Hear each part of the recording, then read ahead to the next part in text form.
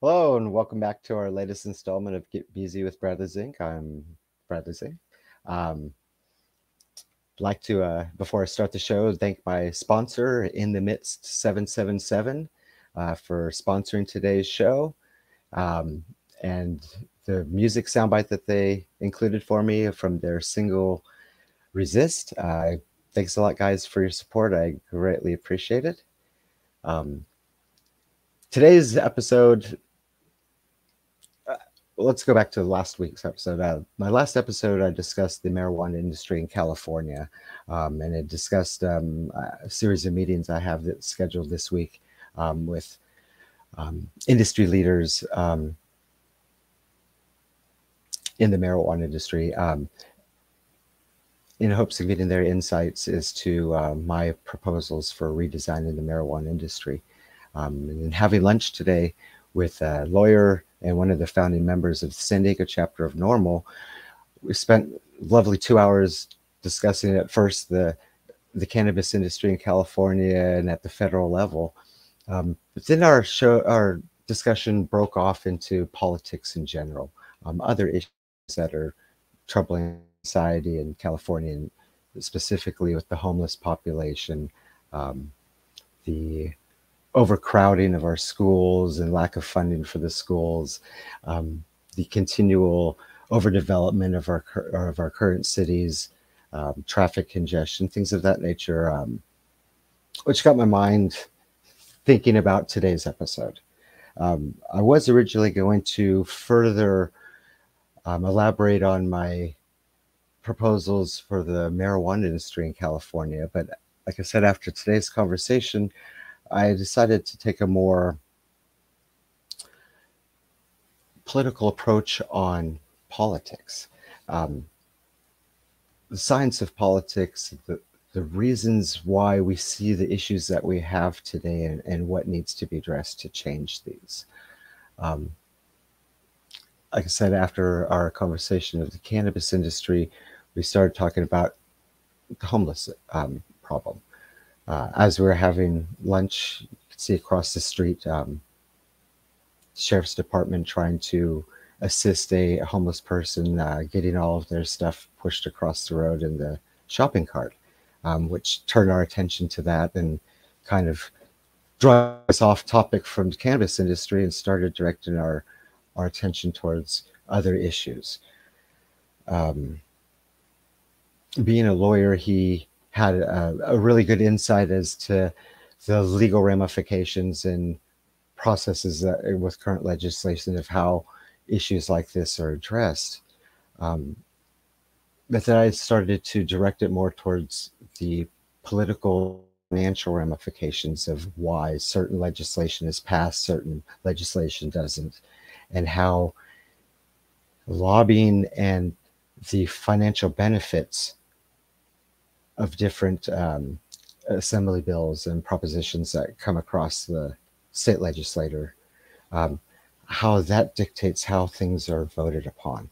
And in turn, what's voted upon dictates how things progress for us as a society. So when we saw the homeless person, I started to change the conversation to the homeless issue. We both, addressed the obvious issue with the dramatic increase just over the last 3 to 5 years in the homeless population, just immediately around our area in San Diego County. With both of us in our career, him as a lawyer, me as a children's book author, we both travel extensively throughout the county, him meeting with clients, me meeting with school children, nonprofit organizations that I assist in fundraising. And the more that we've traveled throughout the county in the last several years, you've seen a dramatic increase in the homeless population. It used to be simple, a tent here, a few homeless people about the streets there. Then I pointed out how you start to notice a large congregation of rundown RVs that are parked along the marinas and Mission Bay here in San Diego, park areas, Walmart shopping centers, Um, and we started to look at why certain key areas have these issues. And one of the things that I had pointed out was how the breakup of the land and how there's city-owned land, there's county-owned land, and there's state-owned property. And the policing of where people try to set up camp, as you will, would dictate which entities would be the ones to redirect them to another location. Then I wanted to dive more into the homeless issue with him, his feedback, and started to point out the glaring obvious problem with the political approach to an issue like homelessness. Um, it's easy for politicians to lump things into one generalized category, homeless being one of them. Um, Instead of addressing the key differences in the populations of the homeless, it's the homeless population. So I turned our conversation to the three main categories of distinct populations in the homeless community that I've seen and experienced. And then he in turn starts to rationalize and see the same, and come to the same conclusion that there is three main categories to begin with. The first one would be your ones that truly have a drug addiction or mental illness. Then you have the capable working ones that have fallen on hard times, or have been from the pandemic or loss of a job, loss of their rent, their house, but are fully capable of working, but are unable to get employment because they don't have an address, thus being able to get jobs. Those are the ones that the politicians key in on in trying to address the whole homeless issue. Then I point out a third category that's overlooked, which is the ones that are able to work and function, that have a pet, a dog per se, that they are turned away from shelters, from the hotel programs for temporary housing because of the legal ramifications of a pet and how it could be the liability in having dogs in the mix, if you will. And with that point of having to break down the generalization of an issue into key distinct groups, started to further progress our conversation on how politicians will only direct their attention to the easy fixes of an issue.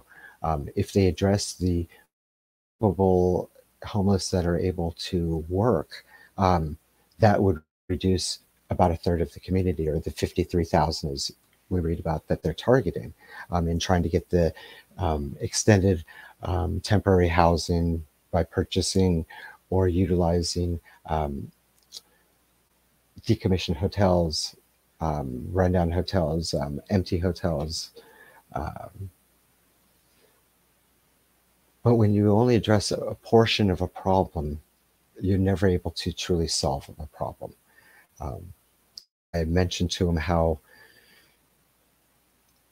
with the 53,000 that they're trying to address in the homeless community, that's $12 billion to try to house 53,000, or a third of the population, which is not going to solve, but just make a slight the issue. So then we decided to they would continue along the lines of that thought process of why would you not try to solve or fix a problem that's plaguing society? And you have to come to the generalization of the financial ramifications. With normal, being a national organization, they also have their own political action committee and lobby with candidates that support their views in the cannabis industry and getting marijuana laws reformed. um, and will raise funds and contribute to help get those officials elected that are willing to put the reputations on the line, take on a controversial subject, and try to make a difference in that particular industry. Very few politicians will address the cannabis industry, mainly because it is one of the lower spectrums of key issues that are plaguing society. Um, it doesn't have the impact like the homeless issue or proper funding for public school system, or the housing crisis in California, wildfires and flooding problems that continually plague us year after year. Um, since it's low on the spectrum of priority, you're not going to get the key political figures at the level that you need to be able to see a change in current marijuana classification at the federal level. You're not going to get the key personnel elected to office that can push and make a difference and change how things are in the banking industry for the marijuana industry. Um,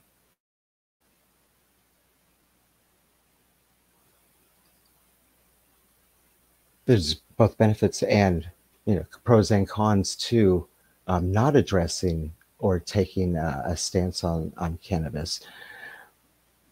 In my address last week in our last episode, some of the cons I pointed out was in keeping the cash industry, you're going to maintain legal, um, an illegal entity in the industry. 95% plus cash industry fosters an illicit drug market, cannabis trade. You are limiting the amount of taxes that are collected year after year. Like I mentioned in the last episode, in 2019, 3.1 billion of taxable revenue in the legal cannabis trade in California, and over $8 billion in the illicit untaxed trade in California.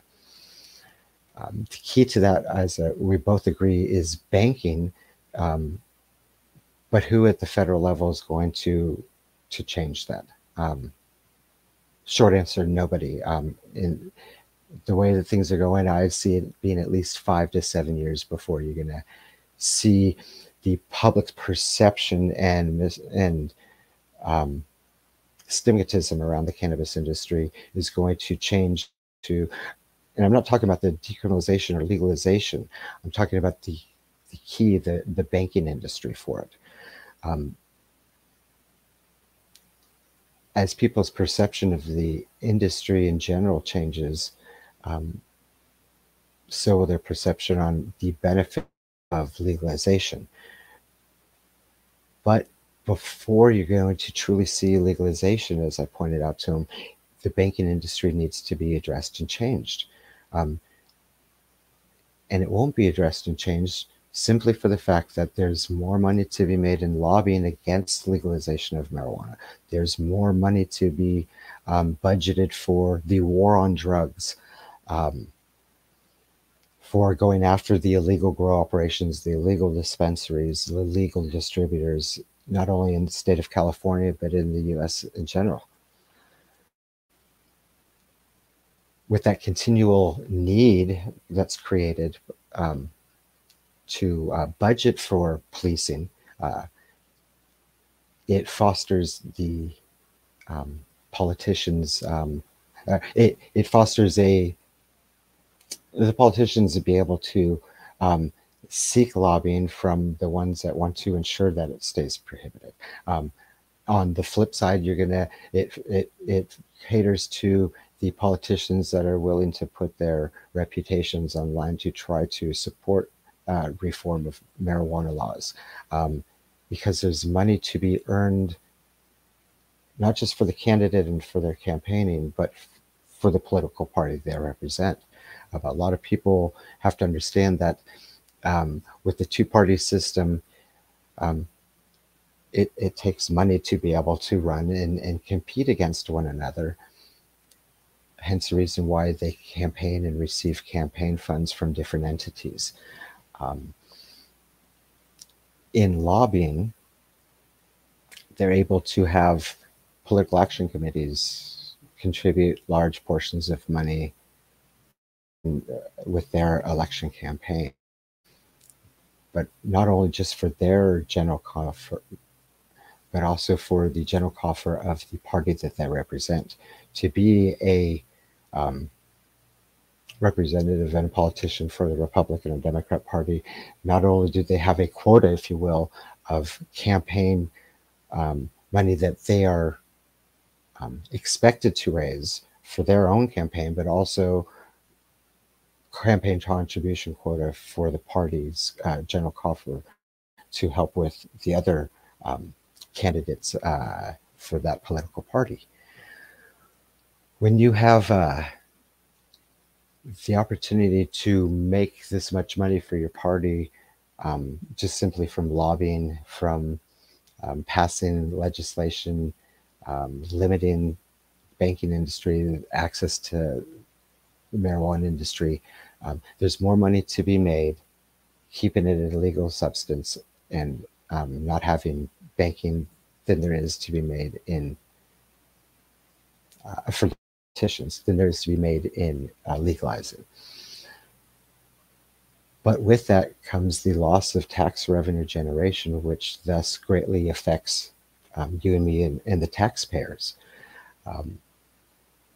What people need to do is not start changing their perception of the industry like cannabis, or changing their perception of the homeless issue. What they need to start doing is changing the legislation is passed, how candidates try to sway votes in their favor, why certain things are addressed and certain things aren't addressed when we have all these issues plaguing us in society. One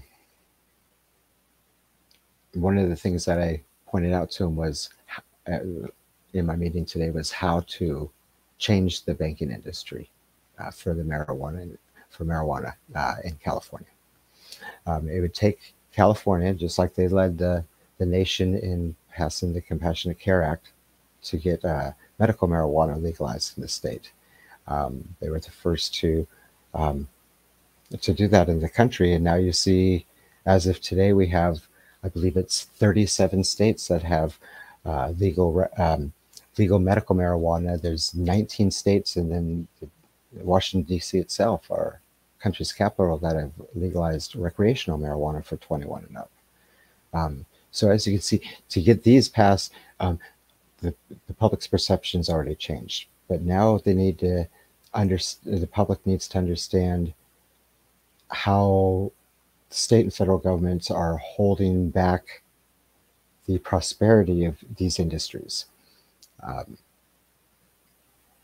Like I mentioned just a moment ago, the illicit trade in cannabis in California was over $8 billion in 2019,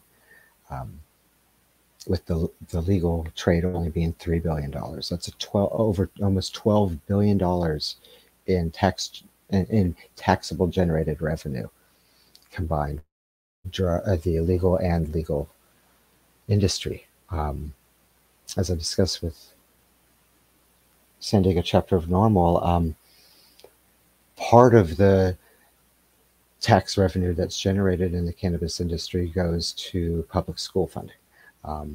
In 2019, $400 million of public school funding was generated from the cannabis industry alone. With the illicit drug trade at $8 billion, it would have been roughly $1.8 billion of additional funding for our public schools if there wasn't the illegal drug trade. In changing the banking industry, you'd be able to greatly reduce the illicit trade and increase greatly the revenue generated in taxes from a legalized industry. I pointed out to him in our meeting how it's about a matter of checks and balances, and you have a budget that you have to maintain. So if we were to reduce taxation in one aspect of life to keep that balance in check, you'd have to increase taxation in another. But then you have to understand with every yin, there's a yang. The same thing would also be true if you increase tax revenue in one aspect, then you'd be able to start to lower tax collection in another um, aspect of life, such as a great topic is the gas tax in California.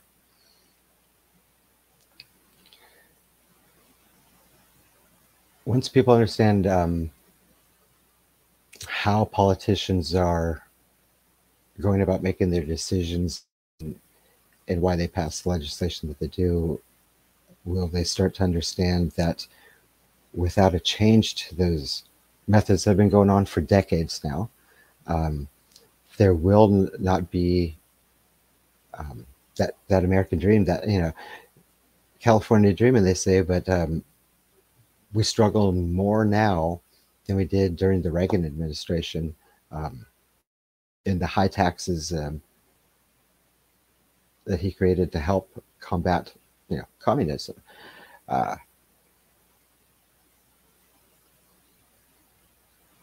The two-party system is also at fault for splitting up the people. I understand that you need to have two parties to be able to eliminate one party having too much power. That's why we left the crown 250 years ago. Unfortunately, as they say, united we stand, divided we fall. And why you see some states are red, some states are blue, because of the two-party system and how people's perceptions of what their standards and beliefs are. Politicians cater to the votes. That's obvious. You have one party that supports strict gun laws. You have another one that doesn't believe that strict gun laws will solve the problem of school shootings, gun violence in the United States.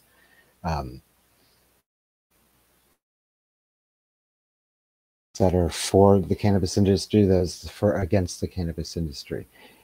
You have those that believe the people should be taxed heavily for their gas, in the hopes that on the flip side, it'll reduce the amount of driving, thus the amount of carbon emission, thus reducing the effects of greenhouse gases, thus what's causing global warming as we see today. As long as there's money to be made in lobbying, you're going to continually have the butting of heads. You're going to see the lack of progress. One of the greatest things that California is seeing is a housing crisis and the homeless issue.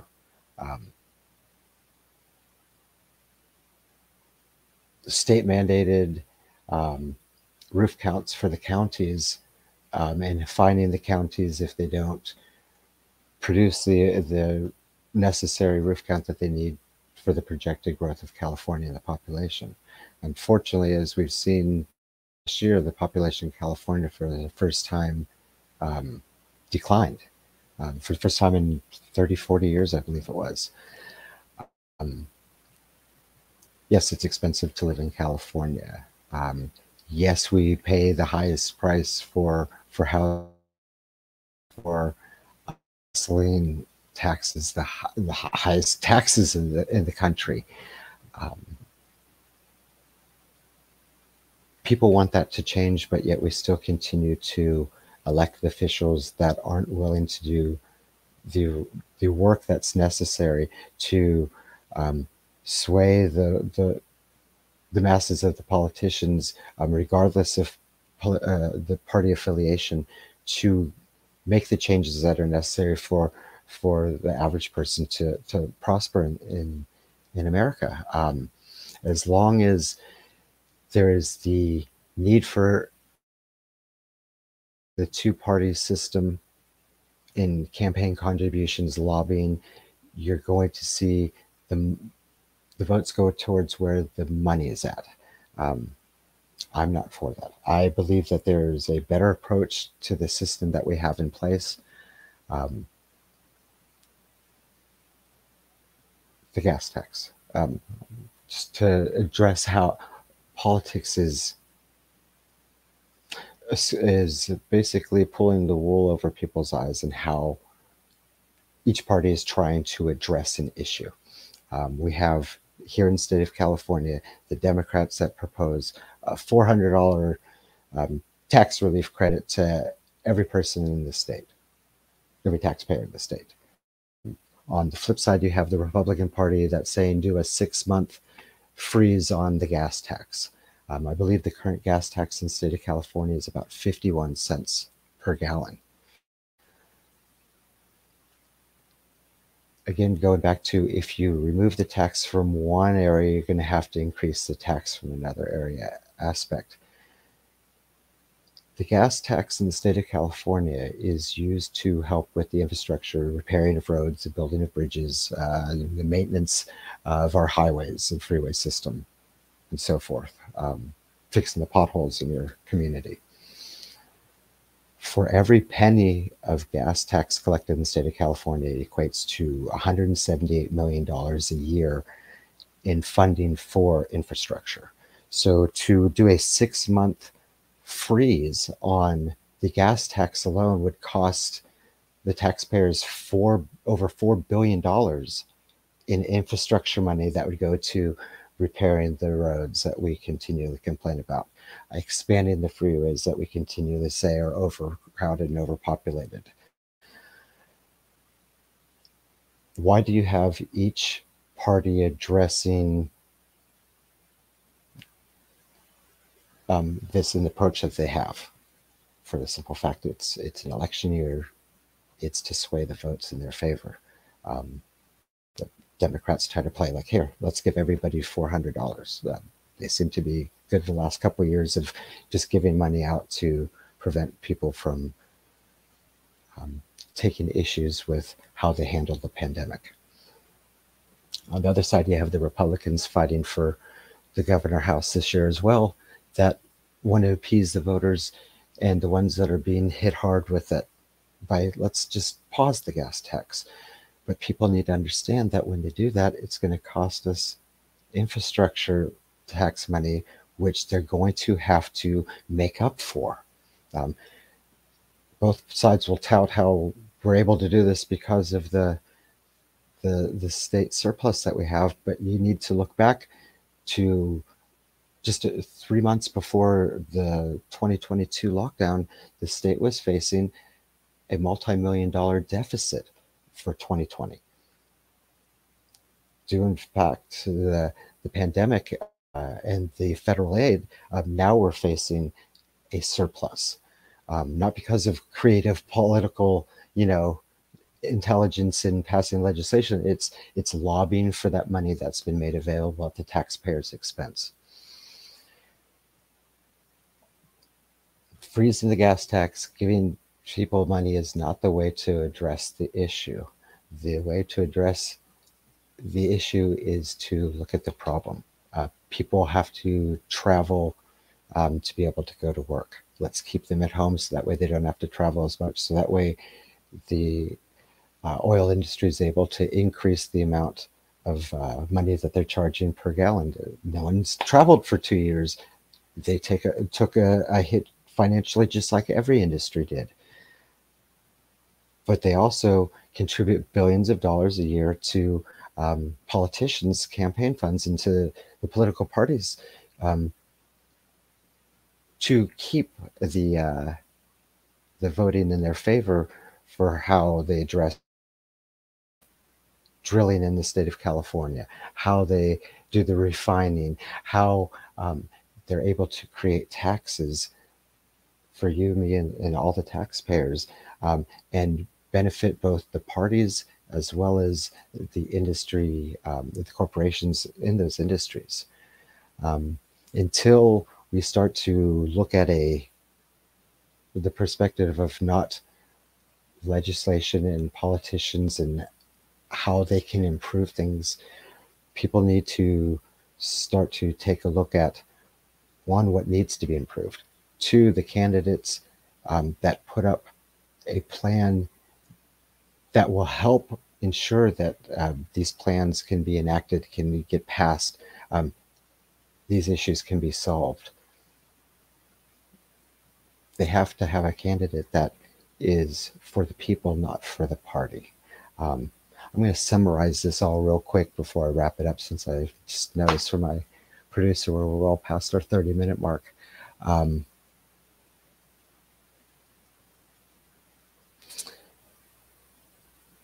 Research each of the candidates that are available. This election for governor this year has a lot riding on it. And as impactful as an election like this is, the lack of mainstream media should be a red flag of how unmotivated our politicians truly are in getting us to vote for the right candidate for office. The Republican Party didn't put up a vote, mainly because the Democratic Party, all of the fuel that the Republicans had, the pandemic, the mask mandates, the vaccine mandates, as it got closer and closer to key dates for filing, you saw that the state started to remove those mandates, thus taking the fuel from the fire of the Republicans. Now the Republican Party and the 25% of Californians that they represent truly don't have a logical voice in this election this year. You have a plethora of NPPs. The only one that's gotten any press, mind you, remember, was a lifelong Democrat that even ran in the 2018 election as a Democrat, switching to NPP to try to sway the Republican vote away from Republican candidates, but at the same time benefit the Democratic Party. I am not privy to any of the political shenanigans that these parties want to do. I do not believe that the party should be dictating to the people how things should be. It should. Every one of them is a publicly elected servant. But it seems that the taxpayers are the ones that are doing this serving in the state of California and across our country. Research your candidates. Take a long, hard look at what candidates truly want to fix the issues or solve the issues that we have in California.